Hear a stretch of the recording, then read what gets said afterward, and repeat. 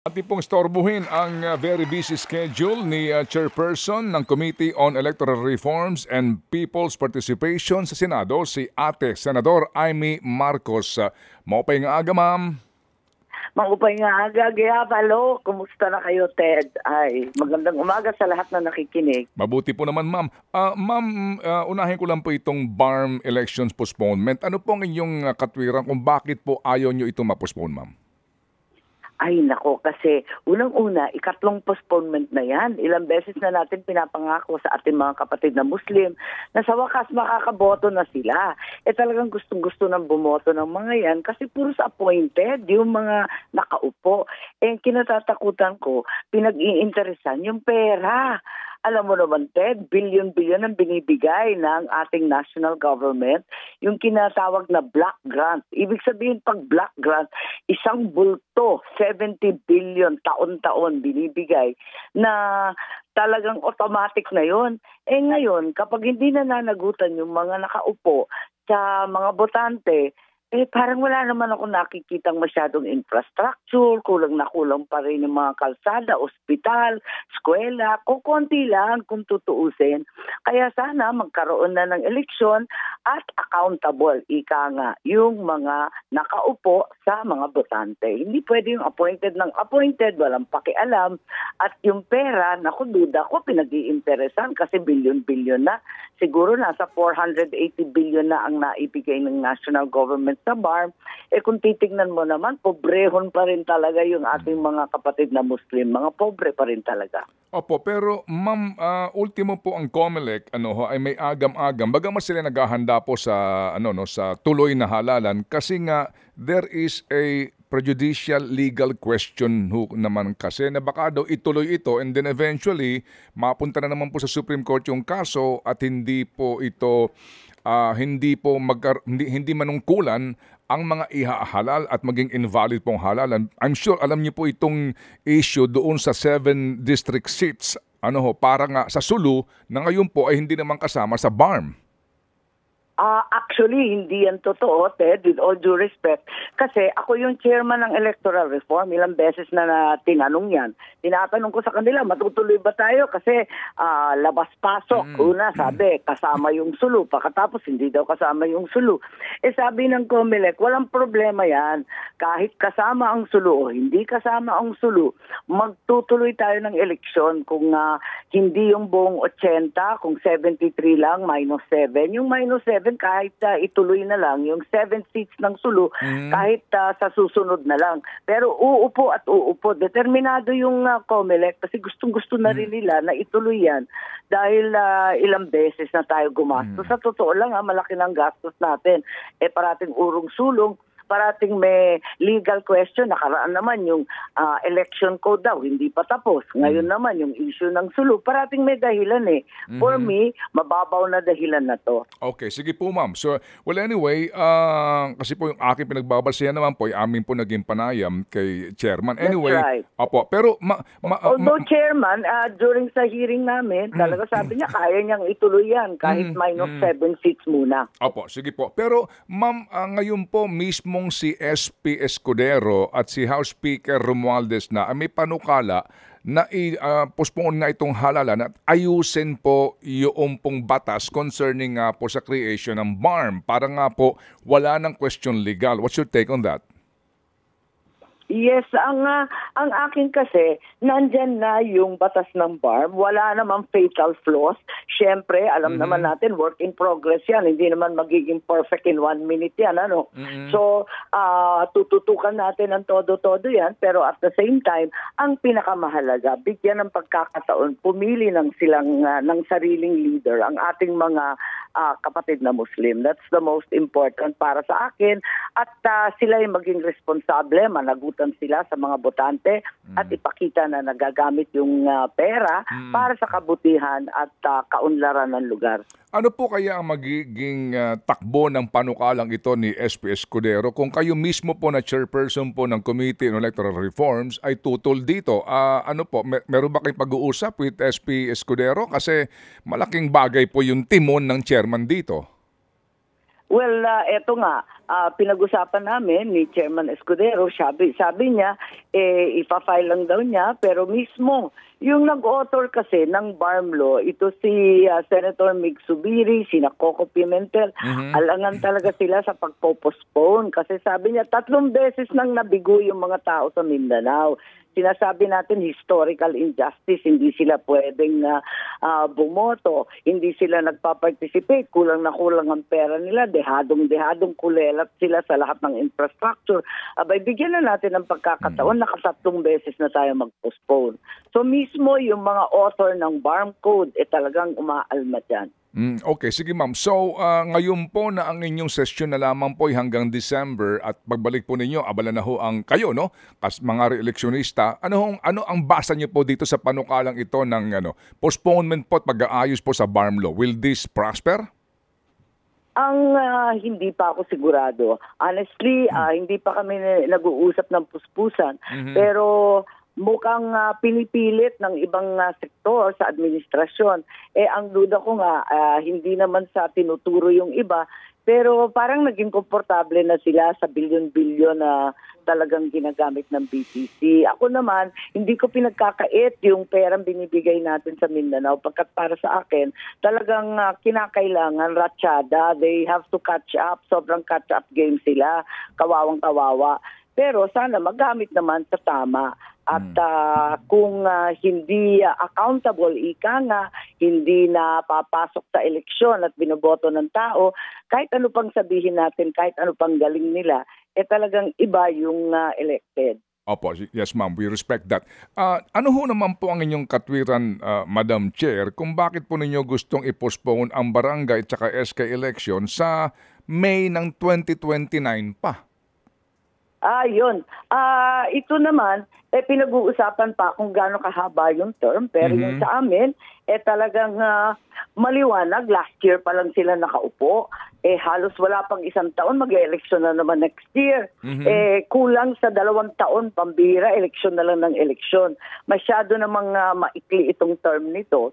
And yung Department of Budget, umaalma kasi kada election ng barangay and SK, nasa 18 billion next year, halos 20 billion, laki-laki ng perang ginagastos. Maya't maya, may eleksyon. Ang maigi siguro, paltan na yung term. At pati yung COMELEC, umaalma din kasi 3 nga yung election next year, baka magkagulo-gulo sila at hindi maantabayanan lahat. Iba-ibang klase pang eleksyon. May BARM next year, yung kauna-unahang historical BARM, kung matuloy sana. And then yung midterm election na automated. Tapos finally, may BSKE na manual, yung barangay election. So kung tutuusin, 2 years is very short. Pagkatapos tayong lahat nagre-reklamo sa 3-year term, gagawin pang 2 years. So balik na tayo sa dati. Ang totoo yung dati talagang barangay, 6 years yan dati. Napaikli lang. Pero yes ma'am, go ahead ma'am. And Ted, if you look at the records mula nung 1980s pa. Mula pa nung 1980s, 1998, kung maalala mo, extend tayo ng extend Parating ina-extend yung barangay election na halos 5 years ang average, 5+ years ang average na siniserve ng ating barangay sa ka-extend. Kitang-kita natin na talagang maraming trabaho na yung barangay ngayon. And kung mag-e-extend, ganun din, mas maigi.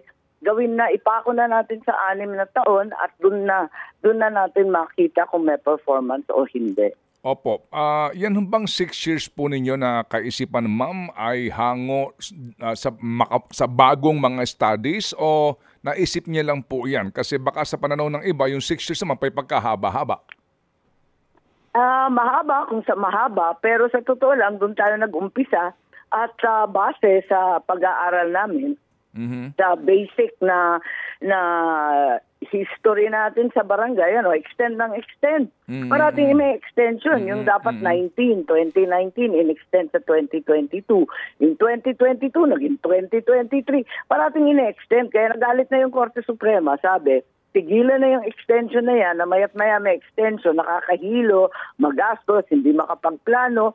Ang mas mabuti pa, i-amend na lamang. So yan ang gagawin natin, i-amend na lamang natin kasi napaka-ikli ng 3 years. Sa totoo lang, walang may gusto ng 3 years. Congressman, mayor, lahat ayaw ng 3 years. Kasi yun nga, may push nga na sana maituloy na pati yung iba pang opisyal, wag naman 3 years. Kasi yung unang taon, wala ka pang alam, nangangapa ka pa.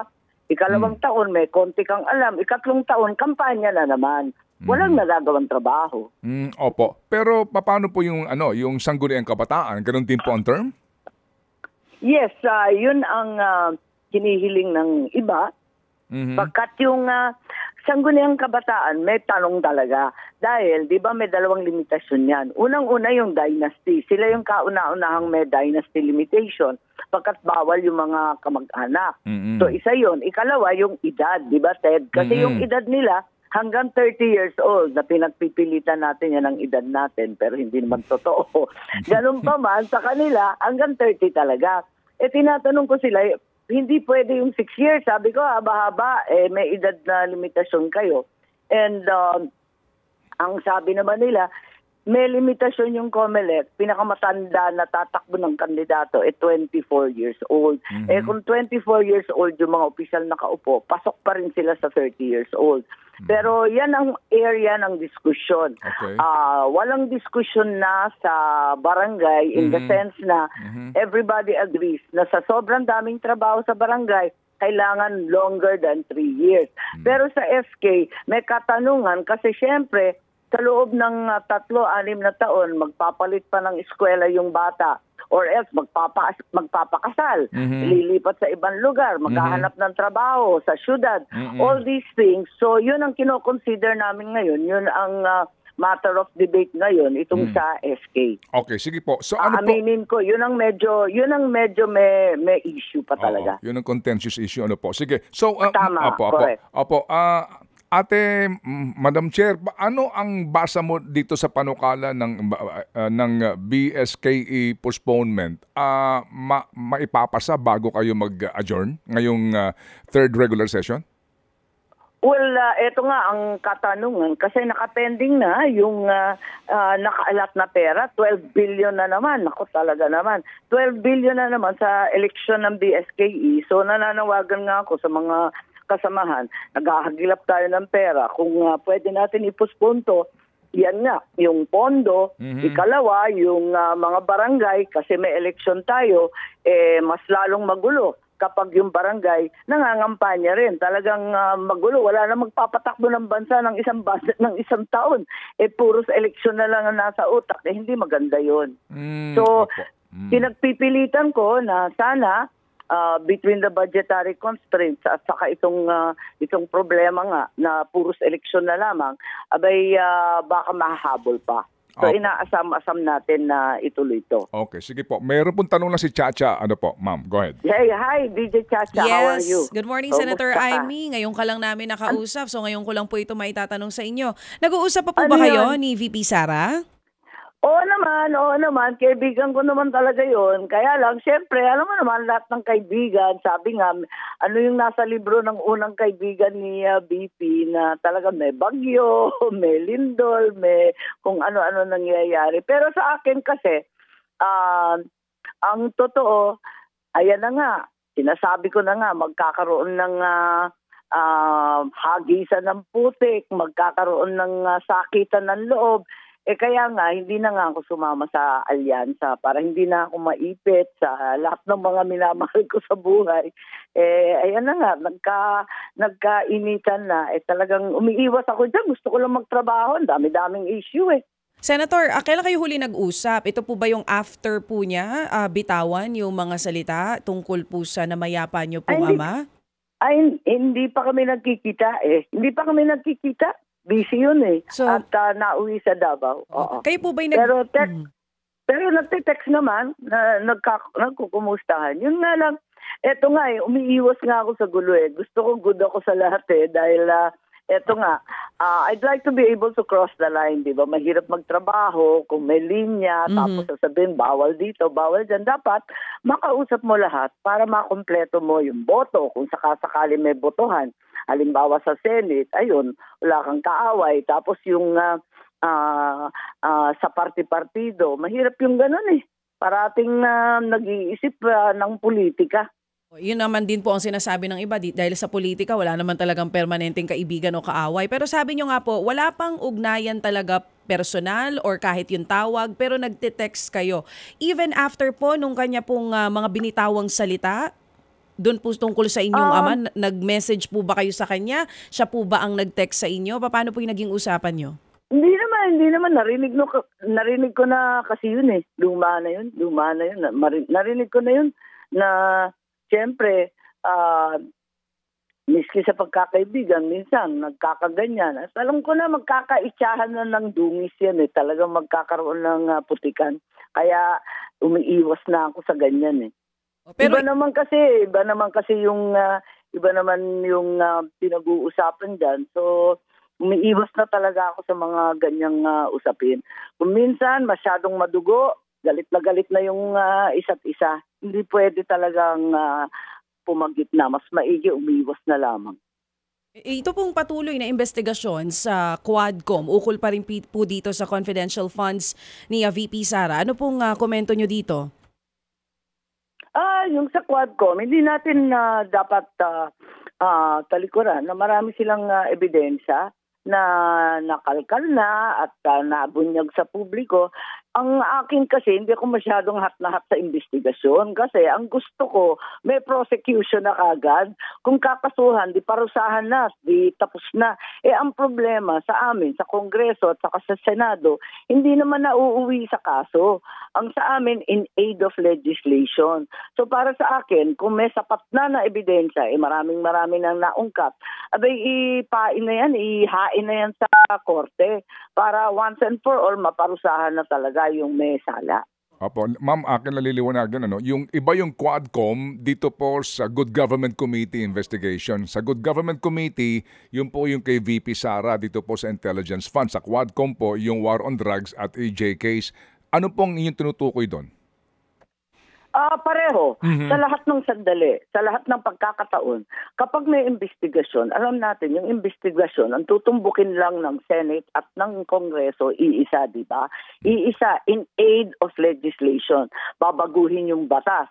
Yung sa Quadcom, yung tungkol sa drugs, kung ano ang uuwian natin, imo-modernize ba? Babalikan ba natin yung PNP modernization para mas maging mahigpit yung IAS, para talagang autonomous siya at parusahan ng sapat yung mga tiwalag at mga skalawag na mga pulis, or yun ang legislation na nakikita ko. Hindi ko pa alam kung ano yung legislation na tinutumbok nila. Pero yung hearing na parang walang uuwian, ako tinatamad ako sa ganyan masipag ako sa iba't ibang hearing ka. Pero kung walang uuwian, sa palagay ko, pwede ba kasuhan na natin yan once and for all para maparusahan na yung mga yan? Opo. Alam po namin. In both cases, ang sabi nga nung iba, hindi daw in aid of legislation, di ba? Sinasabi in aid of re-election, of election. Hindi ko naman sinasabi yun. Ang akin lamang, dapat maliwanag sa atin na in aid of legislation. Ano ba ang gusto natin baguhin sa batas? Ano ba ang dapat amyendahan? Opo. Madam Chair, bagamat ito po naman ay hahantong kung sakasakaling magkakatotoo sa Senado, ayoko pong pangunahan yung bagay na yon. Sa punto lang po na ano ang basa ninyo sa pangkalahatan pong sitwasyon sa bayan kung itutuloy nga ng ilan yung paghahain po ng impeachment complaint lamang kay VP Sara? Sa palagay ko, ang impeachment, very speculative pa siya, no? Kasi mahirap hulaan kung anong mangyayari. Pero maingat masyado din sa Senado, yung ating mga senador. In fairness, talagang pakikinggan nila ng maigi yan. So, hindi basta-bastang lulusot yan sa Senado. Sa palagay ko, magkakaroon naman ng sapat na hearing. At para sa akin, ang impeachment dapat hinay-hinay talaga. Dahan-dahan tayo dyan kasi very political yan, tapos election year pa, maraming ambisyoso, alam na natin yan. Kaya dapat mahinahon tayo dyan at saka dapat last resort talaga. Okay. Ma'am, kayo ho ba'y magiging miyembro ulit ng BICAM sa budget? Yan ang balita kasi lahat kami, mga vice chairman, hawak ko yung DSWD at hawak ko rin yung budget ng COMELEC, parehong napaka-controversial. Kasi kung tutuusin, nung nakaraang taon, nalusutan kami. Nalusutan kami lahat sa BICAM. Yung sa COMELEC, nalusutan kami dun sa PI. Hindi namin alam na bigla palang may tsa-tsa at magkakaroon ng People's Initiative, biglang sumulpot na lamang pagkatapos ng BICAM. Ganon din yung mahiwagang AKAP na kailanman hindi naman prinopost ng presidente at hindi naman hiningi ng DSWD, biglang sumulpot na naman sa budget ng katapusan ng BICAM. Kaya nanawagan ako at nagsulat nga ako kay Chairman Grace pati kay SP Chi. Sinabi ko sa kanila, pwede ba yung BICAM natin, wag naman photo op lang. Gawin naman natin yung BICAM na puspusan at yung mga major, alam ko naman na hindi naman pwede. Alam mo naman yung budget, diba, Ted? Kakapal-kapal nun, hindi mo naman pwedeng one by one. At least yung mga major changes, pag-usapan naman natin ng maayos. So, meron pa pong AKAP ngayon? Inaasahan po ninyo na meron pa ring AKAP sa 2025 GAA? Ito nga yung nakakatawa. Dito ang tuwa kami, natanggap namin yung budget ng Pangulo. Yung budget ng Pangulo, liwa-liwanag, yung NEP, di dumating. Tinitingnan ka agad. Sabi ko, asa na yung mga AKAP, yung mga insertion na hindi ko kilala na billion-billion, 26 billion yun eh. Sabi, wala. Wala palang problema. Abay, nung dumating sa amin, yung transmitted version ng House, meron na namang AKAP. Kaya ang dami-daming insertion ng AKAP, tapos lumobo rin yung AIC. Sabi ko, teka, pwede bang pag-usapan to? Ayoko makipag-away, hindi ako makikipagbunuan. Ako'y pasimuno niya nung time ng COVID. Sabi ko, bigyan natin ng cash outright ang tao kasi hirap. Pero pumasok na naman itong AKAP. Nagulat na naman ako. Sabi ko, hindi priority to ng presidente. Wala sa budget niya. At saka kailanman hindi hiningi ng DSWD. Bakit sumulpot na naman to? Kaya, yun nga, pag-uusapan dapat sa BICAM. Kaya humihingi ako ng tawad sa aking chairman at saka sa SP. Pwede ba this time magdebate naman tayong konti? Okay. Sige. So, may AKAP pa rin yung version po ng House. Kayo po, kung kayo ang tatanungin sa inyo po kasi... 39 billion. Lumaki pa eh. Lumaki pa yung AKAP ngayon eh. 39 billion. Yes, ma'am. So, kung kayo po na siyang sponsor ng DSWD sa mataas na kapulungan, kayo mismo po ayaw nito. No?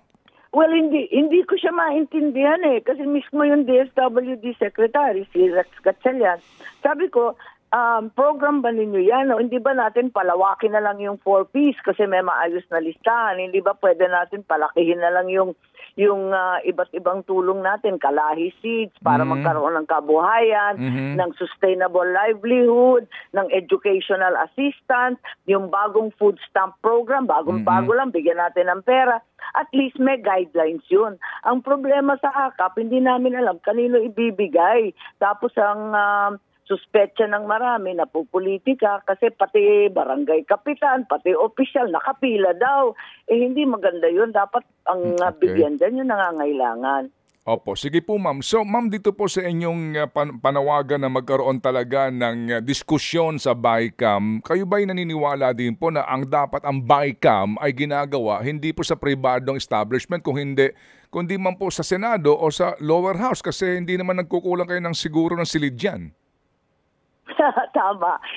Kami nagkukulang ng silid sa Senado kasi naka-upa lang kami dito sa GSIS. Pero marami ng kwarto ngayon sa PICC may kwarto. Marami namang kwarto pambira.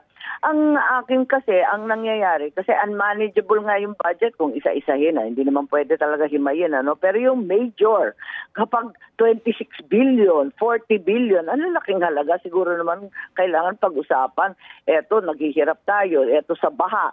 Ayuda okay naman magbigay ng ayuda sa baha, pero hindi ba dapat magkaroon ng solusyon na permanente, ay may solusyon sa flood control? Yan na ang tumbukin natin, hindi lamang yung pila ng pila, naglilimos yung tao. Naawa ako paulit-ulit Hindi naman tamad ang Pilipino, naghahanap ng hanap buhay yan Paano maghahanap buhay yan kung ang inaasahan na lamang ayuda, hindi maayos-ayos yung flood control? So, who will decide kung saan dapat ganapin po ang Bicameral Conference Committee sa pambansang budget? Well, sa ngayon, ang mga chairman siguro, sina Saldico sa House, pagkatapos si Grace po sa amin sa Senate, tapos si SP at si Speaker.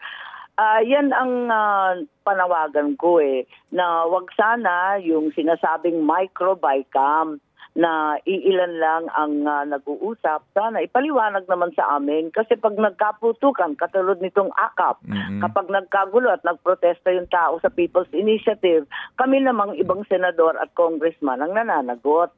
Kaya dapat, kaya namin panindigan, pangatawanan yung laman ng budget. Nagugulanta na lang kami, andyan na yung budget, ilalagay yung e-signature namin Yung pala, iba na yung laman, ako walang ganyanan. O sige po, so muli kaming tatawag sa inyo ma'am, para kumustahin itong pambansang budget po na panukala para namin malaman at maging transparent din po sa mga napag-uusapan ninyo sa kapakanan po ng bayan, Madam Chair, Ate Amy. Yes, thank you very much. Asahan ninyo, talagang yan ang pupursigihin natin na maging transparent at alamin ng lahat kung saan napupunta yung pera. Eto tayo, talagang bahang-baha, nalulubog sa baha, tuloy-tuloy ang bagyo. May 3, 4 pa raw parating. Talagang kinakailangan tutukan na natin yung problema ng bansa at hindi ilustay sa kung ano-ano. Deserve natin ang public service. Yan ang talagang kinakailangan. Deserve natin yan. Damo nga salamat, Mana. Thank you po. Yes. Thank you very much. Damo nga salamat gyapon. Thank you. Bye-bye. Opo. Thank you. Si Chairperson sa Committee on Electoral Reforms and People's Participation.